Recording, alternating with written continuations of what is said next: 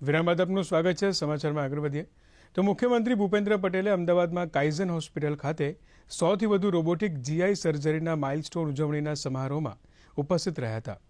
Kaizen hospital ભારતની પ્રથમ GI super speciality hospital બની છે, જેણે માત્ર 9 મહિનામાં જ 100થી વધુ રોબોટિક જીઆઈ એટલે કે રોબોટિક ગેસ્ટ્રોઇન્ટેસ્ટિનલ સર્જરીઓનો મહત્વપૂર્ણ માઇલસ્ટોન પ્રાપ્ત કર્યો છે. આ પ્રસંગે મુખ્યમંત્રી ભૂપેન્દ્રભાઈ પટેલે સંબોધન કરતા અદ્યતન તેમજ સુલભ આરોગ્ય સેવા માટે હોસ્પિટલના યોગદાનની પ્રશંસા કરી હતી.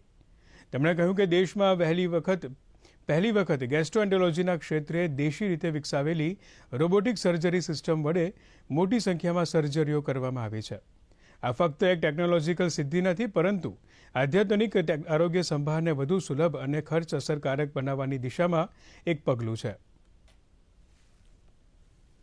આદરણીય Shri Narendrabhai modern medical science માટે અદ્યતન ઇન્ફ્રાસ્ટ્રક્ચર અને જરૂરી માનવબળનો વિકાસ સાથે ફ્યુચરિસ્ટિક ટેકનોલોજીના માધ્યમથી દેશના દરેક વ્યક્તિ, દરેક નાગરિક સુધી ઉત્તમ અને એફોર્ડેબલ હેલ્થકેર પહોંચાડવા માટેનો પ્રયાસ કર્યો છે. તેના કારણે આજે દેશના હેલ્થ સેક્ટરમાં એઆઈ અને રોબોટિક્સ જેવી ટેકનોલોજીને ખૂબ વેગ મળ્યો છે. દર્દીઓને કેવી રીતે મોટા ઓપરેશનો નાનામાં નાની તકલીફ સાથે કરવા, એમની ઝડપથી રિકવરી થાય, એમને દુખાવો ઓછો થાય અને જલ્દી રિકવર થઈ શકે.